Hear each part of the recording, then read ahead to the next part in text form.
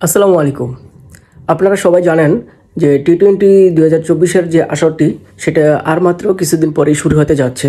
এবারের আসরটি শুরু হতে যাচ্ছে জুন মাসের 2 তারিখ থেকে। তো আমাদের বাংলাদেশের খেলা কবে? আমাদের বাংলাদেশের খেলার জন্য আমাদের অপেক্ষা করতে হবে 8 জুন পর্যন্ত। 8 তারিখে বাংলাদেশের খেলা। আরেকটা হচ্ছে 10 তারিখে, আরেকটা 13 তারিখ, আরেকটা 17 তারিখ।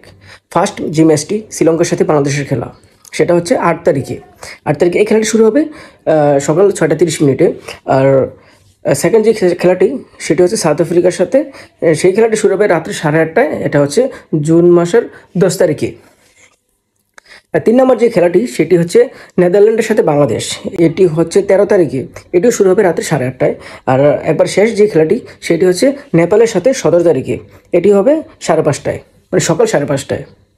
তো আশা করি বাংলাদেশ এবার অন্তত আমাদেরকে হতাশ করবে না। আসলে সাম্প্রতিক সময়ের বাংলাদেশের যে পারফরমেন্স সেটি তো আমাদের সকলকে হতাশ করেছে। সেটা নিয়ে তো আমরা খুবই চিন্তিত বাংলাদেশ দল নিয়ে। তো অবশ্যই এবার আশা করব, আসলে ভাই যত যাই হোক বাংলাদেশ দল নিয়ে যতই আলোচনা সমালোচনা নেতিবাচক সমালোচনা করি, আসলে আমাদেরই তো দেশ। তো দেশটার জন্য খারাপ লাগে যখনই শুনি যে কোথাও বাংলাদেশে খেলা হচ্ছে, তখনই সব কিছু অভিমান অপমান সব কিছু সব কিছু এক সাইডে রেখে বাংলাদেশের খেলার জন্য আবারও টিভির সামনে বসে বেহায়ার মতো।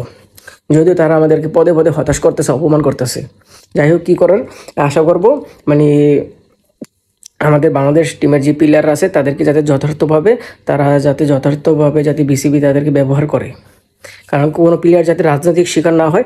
আসলে খেলা কিন্তু নষ্ট হয় কিছু প্লেয়ারকে ওই যে রাজনৈতিক শিকারের কারণে তাদেরকে সাইড করে দেওয়া হয় দল থেকে, এই জন্য কিন্তু খেলাগুলো নষ্ট হয়।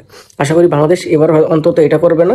2024 আসরে অবশ্যই আমাদের জন্য সুন্দর কিছু উপহার দিবে, সেই আশা রাখতে আছি বাংলাদেশ দলের উপর।